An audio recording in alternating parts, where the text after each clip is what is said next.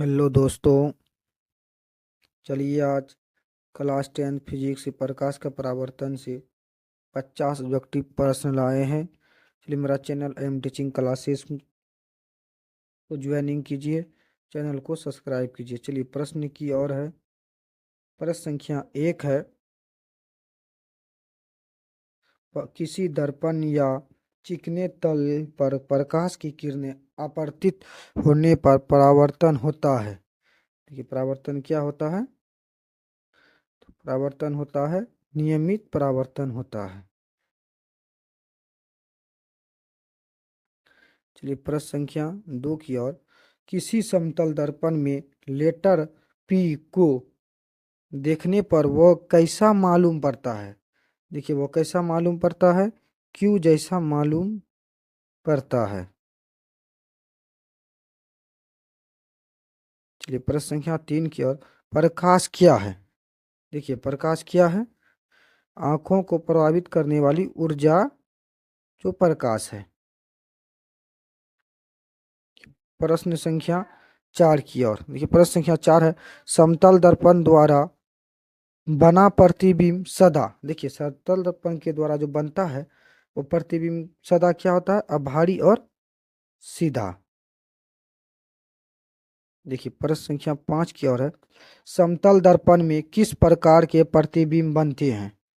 देखिए समतल दर्पण में किस प्रकार के प्रतिबिंब बनते हैं? अभारी प्रतिबिंब बनते हैं। देखिए प्रश्न संख्या 6 है, प्रकाश की किरणों से सरल रेखी गमन का अनुप्रयोग है। देखिए अनुप्रयोग क्या है सरल रेखा से? इसका आंसर होगा 6 का डी नंबर, ए और बी दोनों। देखिए प्रश्न संख्या 7 की ओर। देखिए 7 नंबर है, किसी वस्तु की छाया तभी बन सकती है जब प्रकाश की किरणें गमन करेगी। तो देखिए प्रकाश की किरणें क्या गमन करेगी? सीधी रेखा में। चलिए प्रश्न संख्या 8 की ओर। देखिए 8 नंबर है, प्रकाश स्रोत के सामने एक हरी रंग की छड़ी को खड़ा कर रख देने पर उसकी छाया कैसी होगी? देखिए प्रकाश स्रोत के सामने अगर एक हरी रंग की छड़ी को खड़ा कर देंगे तो उसकी छाया की स्रोत कैसी होगी? देखिए उसकी छाया की स्रोत होगी काली रंग की होगी। देखिए 9 नंबर प्रश्न है, किसी प्रकाश स्रोत के सामने एक रुकावट रख देने पर बनती है। देखिए एक रुकावट रख देंगे तो क्या बनती है? वो छाया भी बनती है, कुछ भी नहीं बनती है। इसका आंसर होगा ए और बी दोनों। चलिए 10 नंबर प्रश्न है, प्रकाश स्रोत के सामने एक गेंद को रखने पर उसकी छाया कैसी बनती है? देखिए उसकी छाया कैसी बनती है? वृत्ताकार उसकी छाया बनती है। चलिए प्रश्न संख्या 11 की ओर। दृष्टि के भौतिक अनुभूति को कहा जाता है। जब दृष्टि का भौतिक अनुभूति को क्या कहा जाता है? प्रकाश कहा जाता है। देखिए 12 नंबर प्रश्न है, प्रकाश का प्रकाश एक रूप है। देखिए प्रकाश क्या रूप है? ऊर्जा का रूप है। प्रकाश किसका रूप है? ऊर्जा का रूप है। ऐसे भी प्रश्न आ सकता है।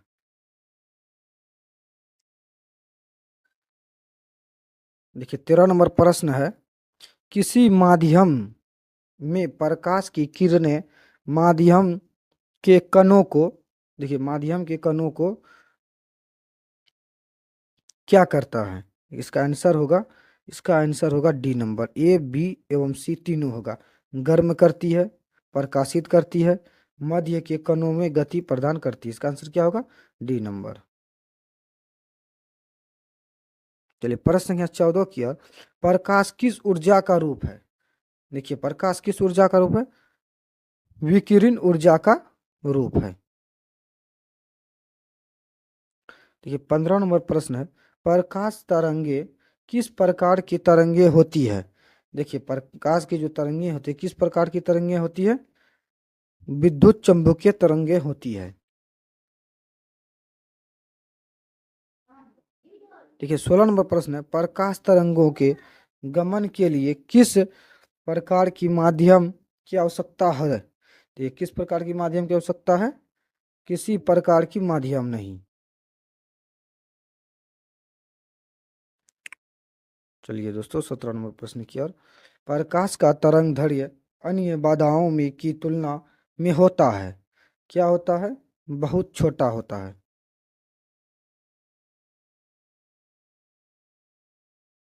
देखिए 18 नंबर प्रश्न है, प्रकाश किरण है। देखिए प्रकाश का किरण क्या है? प्रकाश का एक बिंदु पथ पर है। देखिए 19 नंबर प्रश्न है, किरणों के समूह को क्या कहा जाता है? देखिए किरणों के जो समूह पड़ता है उसे क्या कहा जाता है? किरण पुंज भी कहा जाता है, प्रकाश पुंज भी कहा जाता है। इसका आंसर होगा ए और बी दोनों होगा। इसका आंसर क्या होगा?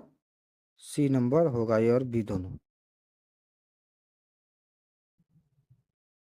देखिए 20 नंबर प्रश्न है, किसी उच्च कोटि की पॉलिश किए गए दर्पण अपने पर पड़ने वाले प्रकाश को परावर्तित करता है। देखिए अपने प्रकाश को क्या परावर्तित करता है? पुनः रूप से परावर्तित करता है। देखिए 21 नंबर प्रश्न है, तेल लगा कागज होता है, क्या होता है? पारभाषक होता है।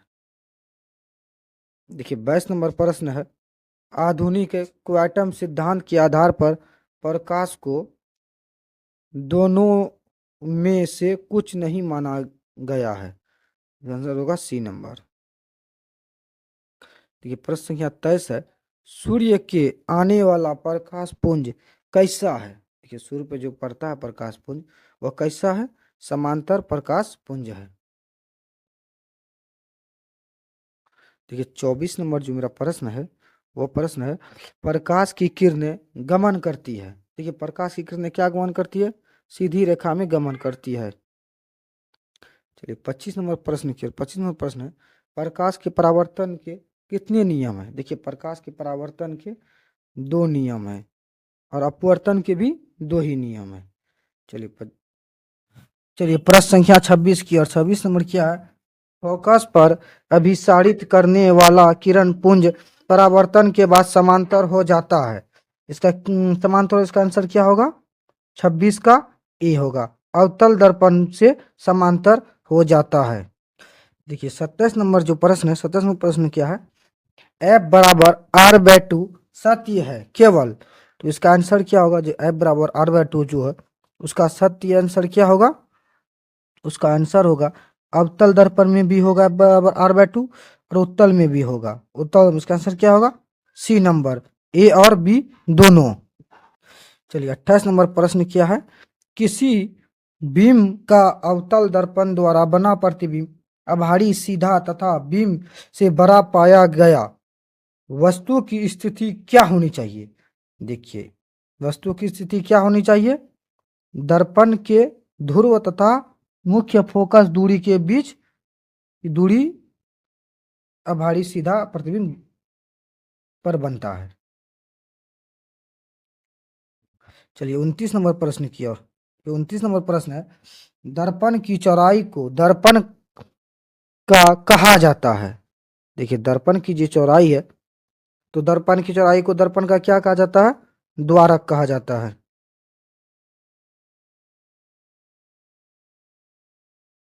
चलिए 30 नंबर प्रश्न है, कौन सा किरण आरेख सही नहीं है? देखिए कौन सा किरण आरेख सही नहीं है? देखिए इसका आंसर होगा डी नंबर, ए और बी दोनों आरेख जो है सही नहीं है। देखिए 31 नंबर प्रश्न की ओर। 31 नंबर है, अवतल दर्पण के प्रकरण में किसी वास्तविक और उल्टा प्रतिबिंब के लिए आवर्धन होता है। देखिए इसके लिए क्या आवर्धन होता है? ऋणात्मक। इसका आंसर क्या होगा? ऋणात्मक होगा। चलिए देखिए 32 नंबर प्रश्न है, अवतल दर्पण में अभारी और सीधे प्रतिबिंब के लिए आवर्धन होता है। ये क्या आवर्धन होता है? 32 का क्या होगा? बी, ऋणात्मक। चलिए ये 33 नंबर प्रश्न है, नई कात्रीय चिन्ह परिपाटी के अनुसार दर्पण के सामने रखे गए बीम दूरी ली जाती है। तो क्या ली जाती है? ऋणात्मक दूरी ली जाती है।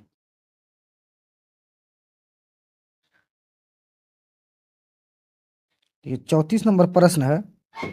एक प्रयोग में अवतल दर्पण द्वारा किसी बीम का प्रतिबिंब एक पर्दे पर प्राप्त किया जाता है। दर्पण की फोकस दूरी को निर्धारित करने के लिए उपयोगिता को मापने की जरूरत है। क्या मापने की जरूरत है? देखिए 34 का आंसर होगा ए नंबर, दर्पण तथा पर्दा के बीच की दूरी को। चलिए 35 नंबर प्रश्न की ओर। उत्तल दर्पण के प्रकरण में दर्पण द्वारा प्रतिबिंब सदैव आभारी एवं सीधा होता है, अतः आवर्धन होगा। तो आवर्धन क्या होगा? ऋणात्मक होगा। देखिए 36 नंबर प्रश्न है। किसी गोलीय दर्पण का रेखीय आवर्धन m क्या होगा यदि प्रतिबिंब के आकार h और वस्तु के आकार h हो तो आवर्धन m का मान है।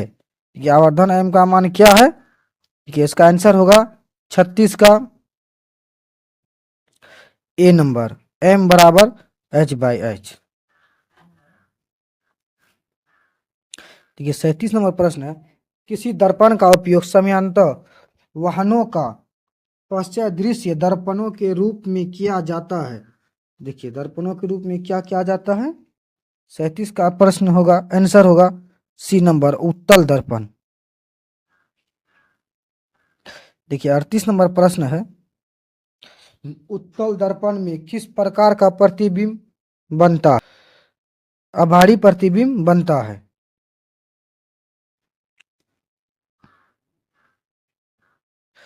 ये 39 नंबर प्रश्न है।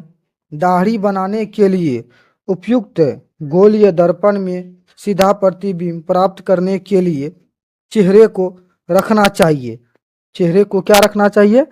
39 का आंसर होगा डी नंबर, इनमें से कोई नहीं। देखिए 40 नंबर प्रश्न है। वास्तविक वस्तु का हमेशा सीधा प्रतिबिंब बनाने वाला दर्पण होता है। क्या होता है? समतल उत्तल होता है। 41 नंबर प्रश्न है। वास्तविक प्रतिबिंब की प्रकृति कैसी होती है? कि वास्तविक प्रतिबिंब जो है उसकी प्रकृति कैसी होती है? उल्टा होती है। देखिए 42 नंबर प्रश्न है। दाढ़ी बनाने में किस प्रकार के दर्पण का उपयोग किया जाता है? देखिए दाढ़ी जो बनाता है उसमें किस दर्पण का उपयोग किया जाता है? ये मोस्ट व्यवहारी प्रश्न है। इसका आंसर होगा 42 का ए नंबर होगा, अवतल दर्पण। देखिए 43 नंबर प्रश्न है। 20 सेंटीमीटर फोकस दूरी वाले अवतल दर्पण को सूर्य प्रकाश के सामने रखा जाता है। प्रधान अक्ष पर एक खास बिंदु पर कागज का कर्तन जल उठता है। उस बिंदु की दूरी दर्पण से होगी, क्या होगी? 20 सेंटीमीटर होगी। देखिए 44 नंबर प्रश्न है। गोलीय दर्पण की वक्रता त्रिज्या 40 सेंटीमीटर हो तो उसकी फोकस दूरी होगी। देखिए उसकी फोकस दूरी क्या होगी? 20 सेंटीमीटर होगी। देखिए 45 नंबर प्रश्न है। मुख्य अक्ष दर्पण के ध्रुव पर, मुख्य अक्ष जो है दर्पण के ध्रुव पर क्या है? अभिलंब है।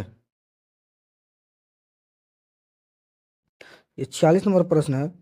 एक अवतल दर्पण में वस्तु की स्थिति ध्रुव और फोकस के बीच है तो उसका प्रतिबिंब होगा, ये उसका प्रतिबिंब क्या होगा? काल्पनिक और बड़ा होगा। देखिए 47 नंबर प्रश्न है। 47 नंबर क्या है प्रश्न? किसी गोलीय दर्पण तथा किसी पतले गोलीय लेंस दोनों की फोकस दूरी -15 सेंटीमीटर है तो दर्पण तथा लेंस संभवतः है। तो लेंस क्या संभवतः है? दोनों अवतल है। 48 नंबर प्रश्न है, मुख्य अक्ष के समांतर चलने वाली प्रकाश की किरणें अवतल दर्पण से परावर्तन के बाद मुख्य अक्ष के एक बिंदु से होकर गुजरती है। इस बिंदु को दर्पण का क्या, देखिए इस बिंदु के दर्पण को क्या कहते हैं? ये 48 का आंसर होगा सी नंबर, फोकस दूरी। देखिए 49 नंबर प्रश्न है, किसी दर्पण का दृष्टि क्षेत्र बड़ा होता है तो वह दर्पण क्या होगा? वह दर्पण होगा उत्तल दर्पण का। देखिए 50 नंबर प्रश्न है, गोलीय दर्पण की फोकस दूरी उसकी वक्रता त्रिज्या की, कि गोलीय दर्पण की जो फोकस दूरी है उसकी वक्रता त्रिज्या क्या होगी? आधी हो जाती है।